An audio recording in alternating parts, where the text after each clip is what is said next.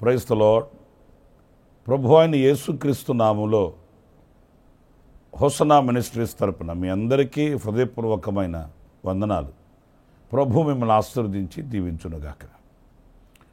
ప్రియులారా, పరిశుద్ధ గ్రంథంలో 121వ కీర్తన ఒక విశేషతను సంతరించుకున్నది అని చెప్పడంలో ఎలాంటి సందేహం ఏమీ కూడా లేదు. ఎందుకంటే చాలా శ్రేష్టమైన విషయాలు ఈ 121వ కీర్తనలో మనం చూస్తాము. నేను ఆ కీర్తనలోని కొన్ని మాటలు నేను మీకు పరిచయం చేస్తాను. 3వ చరణంలో ఆయన నీ పాదములు తొట్టిల్లనీయుడు, నిన్ను కాపాడువాడు కునుకడు. ఇక్కడ మన దేవునికి ఒక చక్కటి నామకరణం చేయబడింది. అదేంటంటే కాపాడువాడు. అంటే ఒక పూర్ణమైన భద్రత, రక్షణ, కాపుదల ఆయన యొద్దనే మనకు కలుగుతుంది. ఏ నరుడు కూడా సంపూర్ణంగా మనకు కాపుదల, భద్రతను ఇవ్వలేడు. మనకు ఇస్తాను అని ఎవరైనా చెప్పినా వారికే భద్రత, కాపుదల కరువైనది, కొదువైనది అనేది మనం గుర్తించాలి. ఎందుకంటే దేశాన్ని పరిపాలించే అధినేతలకు సహితం ఈరోజు కరువైనది ఏదైనా ఉంది అనంటే అది కాపుదల, భద్రత. దేవుడు ఒక వ్యక్తిని కాపాడకపోతే ఏ వ్యక్తి కూడా కాపాడబడలేడు. ఇది అందరికీ తెలిసిన సత్యం. ఎందుకంటే సర్వశక్తి కలిగిన దేవునికి సమస్తం తెలుసు. ఎక్కడ అపాయం దాగి ఉంది, ఎక్కడ కీడు దాగి ఉంది, ఇవన్నీ ఆయన అగ్నినేత్రములతో చూచుచున్న దేవుడు గనుక ఆయన యొద్ద కలిగే భద్రత సంపూర్ణమైనది అనేది మనం గ్రహించాలి. ఇక్కడ ప్రభునకు చక్కటి నామకరణం ఏంటి అనంటే కాపాడువాడు. ఎలా కాపాడువాడు అనంటే చాలా విషయాలు ఈ కీర్తనలో మనం చదవచ్చండి.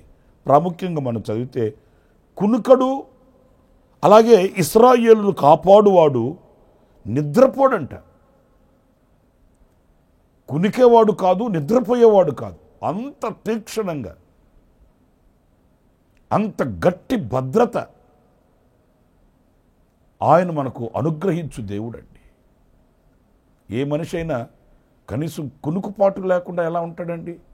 ఏ వ్యక్తి అయినా నిద్ర లేకుండా ఎలా కాపాడుతాడండి? అయితే మన ప్రభు అలా కాదు, మన దేవుడు అలా కాదు. ఆయన తమ బిడ్డల్ని కునుకక, నిద్రపోక ప్రతి క్షణము, ప్రతిరోజు కాదు, లేకపోతే ప్రతి గడియ కాదు, ప్రతి క్షణం ఒక్క కన్ను రెప్ప పాటులో కూడా మనల్ని ఆయన విడువక అంత తీక్షణంగా కాపాడు దేవుడు మనం ఆరాధించు మన దేవుడండి. ప్రియమైన వారలారా, ఆ దేవుని కాపుదలే మనకు లేకపోతే ఈరోజు మన సజీవులుగా మనము లేము అనేది మనం గుర్తించాలి. ఆ దేవుని కటాక్షం మన మీద లేకపోతే సజీవుల దేశంలో ఈరోజున మన స్వరం వినబడేది కాదు. సజీవులను మనం దృష్టించే వారము కాదు. మన కుటుంబంలో కుటుంబీకులను మనం చూడగలిగిన వారం కాదు. కేవలం ఆయన ఇచ్చిన భద్రత, కాపుదల. ఆయన కాపాడువాడు గనుక, ఆయన భద్రపరచు దేవుడు గనుక కునుకక, నిద్రపోక. ఇంకా ఆశ్చర్యమైన సంగతులు ఈ కీర్తనలో మనం చదివితే ఆయన 5వ వాక్యంలో మనం చదువుతామండి. యెహోవాయే నిన్ను కాపాడువాడు, నీ కుడి ప్రక్కను యెహోవా నీకు నీడగా ఉండును. ప్రియులారా చూడండి, మన కుడివైపున ఆయన మనకు నీడగా ఉంటాడట. దేవుని నీడ మనకు ఉన్నప్పుడు, ఆయన చాటు మనకు ఉన్నప్పుడు, మనము ఆయన మీద ఆనుకున్నప్పుడు ఆ బ్రతుకు ఎంత సుందరంగా, ఎంత ఆశీర్వాదకరంగా ఉంటుంది. ఒక వ్యక్తి మీద ఆధారపడినప్పుడే అంత ధైర్యంతో స్థైర్యంతో బ్రతకగలిగితే, సాక్షాత్తు సర్వశక్తి కలిగిన దేవుని మీదే మనం ఆనుకున్నప్పుడు, ఆయన నీడలో మనం బ్రతుకుతున్నప్పుడు, అంటే ఆయన మూలాన మనం జీవిస్తూ ఉన్నప్పుడు ఆ బ్రతుకు ఎంత మధురంగా ఉంటుందనేది మనం ఆలోచించాలి. ఇంకా ఈ కీర్తనలో మనం ఎంతగా ఆయన మనకు నీడగా ఉండి మనల్ని కాపాడుతాడు అనంటే 6వ వాక్యంలో ఉంది, పగలు ఎండ దెబ్బ అయినను నీకు తగలదు, రాత్రి వెన్నెల దెబ్బ అయినను నీకు తగలదు. ఎందుకని? ఆయన పగలు సూర్యునికి, రాత్రి చంద్రునికి అడ్డుగా నిలబడి ఆయన నీడలో మనల్ని కాపాడుతాడట. ఏ ఎండ దెబ్బ మన మీద పడనివ్వకుండా, అంటే ఎలాంటి శోధనే కానీ, కష్టమే కానీ, నష్టమే కానీ, లోకములో కలిగి కీడే కానీ ఏది కూడా మన మీదకి రాకుండా ఆయన అడ్డు నిలుస్తాడు. ఇప్పుడు మన ముందు మనకంటే ఎత్తుగా ఉన్న మనిషి, మనకంటే భారీగా ఉన్న వ్యక్తి ఉన్నాడు అనుకోండి, అతని వెనుక మనం ఉన్నప్పుడు మనకి ఏం తగులుతుంది? ఏదైనా తగలాలి అనుకుంటే, మనల్ని చేరాలి అని అనుకుంటే మన ముందున్న అతనిని దాటుకొని రావాలి. ఆ ముందున్న వ్యక్తి మన ప్రభు అనుకోండి, ఆయనను దాటుకొని, ఆయనను జయించి, ఆయనను కాదని మన యొద్దకు వచ్చి మనల్ని ముట్టుకునే ఆ బలం, ఆ శక్తి ఈ లోకంలో దేనికి లేదు. ఆయన మనకు నీడగా ఉంటాడు. ఎంతగా అంటే పగలైనా రాత్రైనా ఆయన ఏది కూడా మనకు చేరకుండా, ఏది మనల్ని వేధించకుండా, బాధించకుండా ఆయన నీడల్లో మనల్ని కాపాడుతాడు అనేది శ్రేష్టమైనటువంటి ఓ అనుభవం అండి. నా ప్రియమైన సహోదరులారా, ఈ ఒకవేళ లోకపు నీడలో అలసి సొలసి సొక్కిపోయి ఉన్నారేమో, ఒకవేళ మనుషుల నీడకు వెళ్ళి నవ్వుల పాలైపోయారేమో నాకు తెలియదు. ఈ వాక్యం ద్వారా మీరు ఆలోచించి ఆయన నీడకి మీరు వస్తే ఏ బలహీనత కానీ, ఏ కీడు కానీ, ఏ అపాయము కానీ రాకుండా ఆయన కాపాడుతాడు అనేది మనం ఇక్కడ గమనిస్తాము. ఇంకా 7వ వాక్యంలో శ్రేష్టమైన మాట, ఇంకొక మాట కూడా మనం చదువుతాము. అదేంటంటే, ఏ అపాయమును రాకుండా యెహోవా నిన్ను కాపాడును, ఆయన నీ ప్రాణమును కాపాడును, ఇది మొదలుకొని నిరంతరము నీ రాకపోకల యందు యెహోవా నిన్ను కాపాడును. ప్రియమైన వారలారా, ఆయన మన రాకపోకల యందు, మనం బయటకు వెళ్ళినా, లోపలికి వచ్చినా, ఎక్కడికి వెళ్ళినా, మన ప్రయాణాలలో, ఈ రోజున ప్రయాణాలను గురించి నేను మీకు కొత్తగా చెప్పాల్సిన అవసరం ఏముందండి? కళ్ళారా చూస్తున్నాం, చెవులారా వింటున్నాం కదండి. ఎన్ని విపత్తులో, ఎన్ని ఆపదలో, భయంకరమైన వార్తలు మనం చెవులతో వింటున్నామండి, చూస్తున్నామండి కళ్ళతో. ఇంట్లో నుంచి బయటకు వెళుతున్న వ్యక్తి మరలా తమ ఇంటికి చేరే అంతవరకు కూడా గుండె గుప్పిట్లో పెట్టుకుని బ్రతకవలసినటువంటి దినాల్ని మనం చూస్తున్నాం. ఎక్కడ కూడా భద్రత లేదండి, దేనిలో కూడా క్షేమము, సురక్షితం అనేది కనిపించట్లేదండి.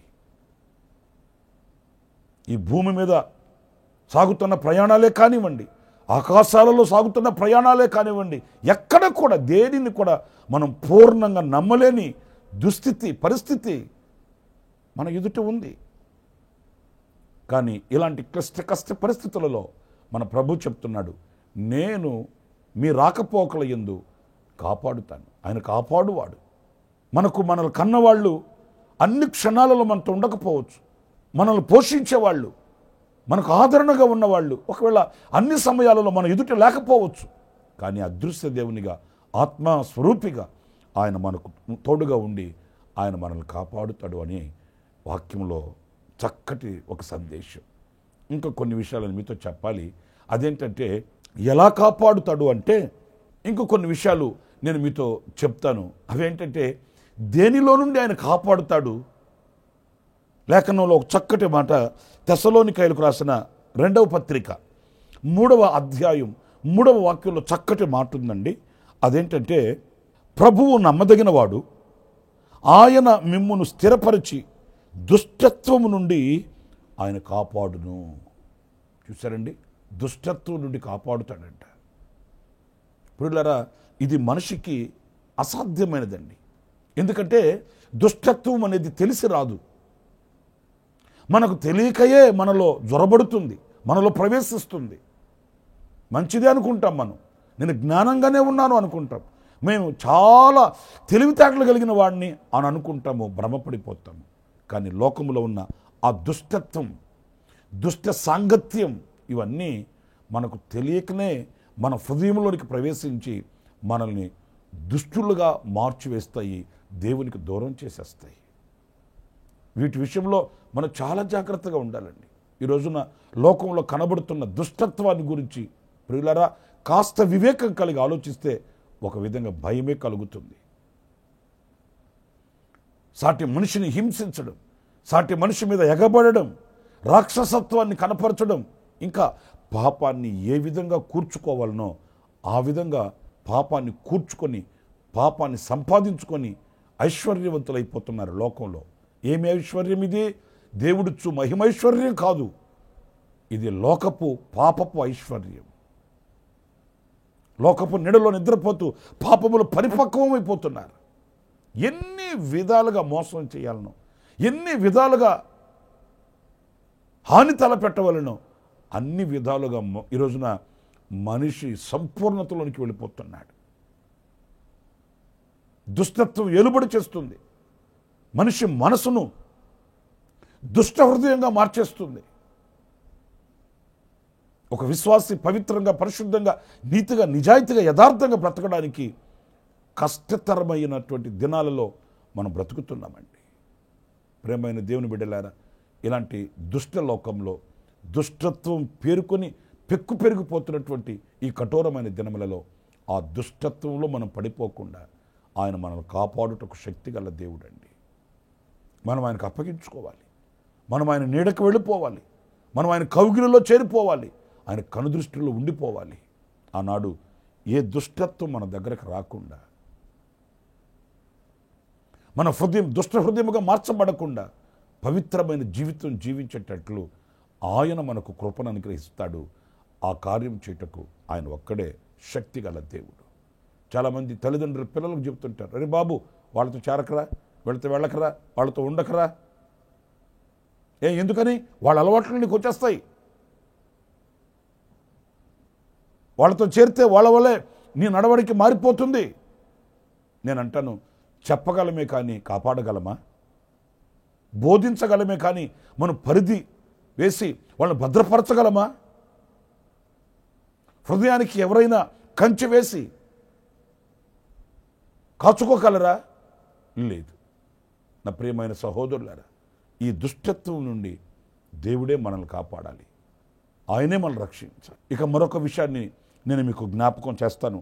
అది సమూయేలు రాసిన మొదటి గ్రంథం 2వ అధ్యాయం 9వ వాక్యంలో చక్కటి మాట, తన భక్తుల పాదములు తొట్టిల్లకుండా ఆయన వారిని కాపాడును. పిల్లలు చూడండి, పాదములు తొట్టిల్లకుండా కాపాడుతాడంట. దుష్టత్వం నుండి కాపాడడం మాత్రమే కాదు, మన పాదములు తొట్టిల్లిపోకుండా, అంటే వెళుతున్న మార్గంలో కుడికైనను ఎడమకైనను తొలగి ఆ సరళతల నుంచి మనం తొట్టిల్లిపోకుండా. మీరు గమనిస్తున్నారో లేదో కానీ ఈ రోజున గొప్ప విశ్వాసులోని పేరు పెట్టుకున్న వారిని సహితం సాతానుగాడు సులువుగా వంచన చేసి క్రీస్తు సరళతల నుంచి తప్పించుతున్నటువంటి దినాల్ని మనం చూస్తున్నామండి. ఆశ్చర్యం కలుగుతుంది. అరే, ఇంతకాలం నుంచి క్రైస్తవులుగా ఉండి ఇంతకాలం భక్తి చేసి వాక్యం చదువుతూ దేవుని సన్నిధికి వెళుతూ వీళ్ళు కూడా ఇలాగా మారిపోయారేంటి? వీళ్ళ పాదాలు ఎందుకు తొట్టిల్లిపోయాయి? ప్రియమైన సహోదరులారా, ఆయన నీడలో ఉన్న వారికి, ఆయన చెంత ఉన్న వారిని, ఆయన కాపుదలలో, ఆయన భద్రతలో ఉన్న వారిని ఆయన పాదములు తొట్టిల్లనివ్వడు. లోకంలో భక్తి చేస్తున్నాను అని మురిసిపోతూ తనను తాను మోసగించుకుంటున్న ఏ వ్యక్తి అయినప్పటికీ ఏదో ఒకనాడు అతని పాదములు జారిపోతాయి. కానీ క్రీస్తు అనే బండ మీద నిలిచిన వాని పాదములు జారిపోవు, తొట్టిల్లిపోవు. అంతము వరకు ఆయన కాపాడుతాడు, అంతము వరకు ఆయన భద్రపరుస్తాడు. వాని పాదములు తొట్టిల్లకుండా ఆయన దేవదూతలకు ఆజ్ఞ ఇచ్చి ఉన్నాడు. ఇలాంటి ఒక శ్రేష్టమైన భద్రత, కాపుదల ఆయనలో ఉంది, ప్రభువులో ఉంది. పాదములు తొట్టిల్లకుండా అంటే మన మార్గాలు కానివ్వండి, మన ఆలోచనలు కానివ్వండి, మన తలంపులు కానివ్వండి, మనం తీసుకునే నిర్ణయాలు కానివ్వండి, దేవునికి దూరం కాకుండా, సరళతల నుంచి తొట్టిల్లిపోకుండా, నీతి మార్గాన్ని విడవకుండా ఆయన కాపాడుతాడు, ఆయన భద్రపరుస్తాడు. మన శక్తితో మనం నీతిగా, నిజాయితీగా, యథార్థంగా ఉండాలి అని అనుకోవడం భ్రమండి. మన శక్తితో, మనకున్నటువంటి బలముతో, కొంతమంది చెప్తారు నీతిగా, నిజాయితీగా, యథార్థంగా, పవిత్రంగా ఉండడానికి బైబిల్నే ఆశ్రయించాల్సిన అవసరం లేదండి, యేసు ప్రభునే నమ్ముకోవాల్సిన అవసరం లేదు, నీతిగా, భక్తిగా, పరిశుద్ధంగా, యథార్థంగా ఉండడానికి మనం లోకంలో ఉండే అయినప్పటికీ కూడా, క్రీస్తుని ఆరాధించకపోయినప్పటికీ కూడా ఉండొచ్చు కదా. ఎంతకాలం ఉంటావు? ఎంతకాలం కొనసాగించగలుగుతావు? నీకు దైవశక్తి కావాలి, దేవుని యొక్క ప్రభావం కావాలి, లోకాన్ని, లోకంలో ఉన్న వాటిల్ని ఎదిరించగలిగినటువంటి పరిపూర్ణమైన శక్తి క్రీస్తులో ఉంది. ఆయనను నమ్ముకుంటే, ఆయనను ఆశ్రయిస్తే, ఆయన నీడలో నిలిస్తే, ఆయన కనుదృష్టిలో ఉంటే, అప్పుడు ఆయన వాని పాదములు తొట్టిల్లకుండా ఆయన తన శక్తినిచ్చి కాపాడుతాడు. నా ప్రియమైన సహోదరులారా, మనల్ని మనం ప్రభువుకు అప్పగించుకోవాలి, ఎందుకంటే ఆయన కాపాడువాడు. చివరిగా మరొక్క మాట కూడా నేను మీకు జ్ఞాపకం చేస్తాను. అదేంటంటే సంఖ్యాకాండం 6వ అధ్యాయం 24వ వాక్యంలో వ్రాయబడిన మాట, యెహోవా నిన్ను ఆశీర్వదించి నిన్ను కాపాడునుగాక. ఇక్కడ చక్కటి శ్రేష్టమైన మాట ఏంటంటే, ఎలా కాపాడుతాడంటే ఆశీర్వదించి కాపాడుతాడు. ఆయన నిన్ను కాపాడుతాడు అని ఏది నీకు అనుగ్రహించకుండా, బికారిగా చేసి, ఒకరి దగ్గరికి వెళ్ళి చేయి చాపి అడుక్కునే అలా కాదండి. ఆయన కాపాడే ఆ కాపుదలల్లో ఆశీర్వాదం దాచబడి ఉంటుంది, దీవెన ఉంటుంది. నిన్ను ఆశీర్వదిస్తాడు, కాపాడుతాడు, కాపాడుతాడు, ఆశీర్వదిస్తాడు. ఒక ఆశీర్వాదకరమైన కాపుదల. ప్రభువుని నమ్ముకున్న వానికి, ప్రభు చెంత నిలిచిన వానికి, ఆయన నీడలో ఉన్నవానికి ఎంత శ్రేష్టమైన జీవితమో చూడండి. లోకస్తులు అటు ఇటు ఇటు అటు పరుగులు తీసి పలు విధాలుగా దీని చేత దాని చేత సంపాదన, ఆఖరికి మిగిలింది ఏంటంటే దుఃఖం తప్ప మరొకటేమీ కాదు. కానీ ప్రభువులో అలా కాదు.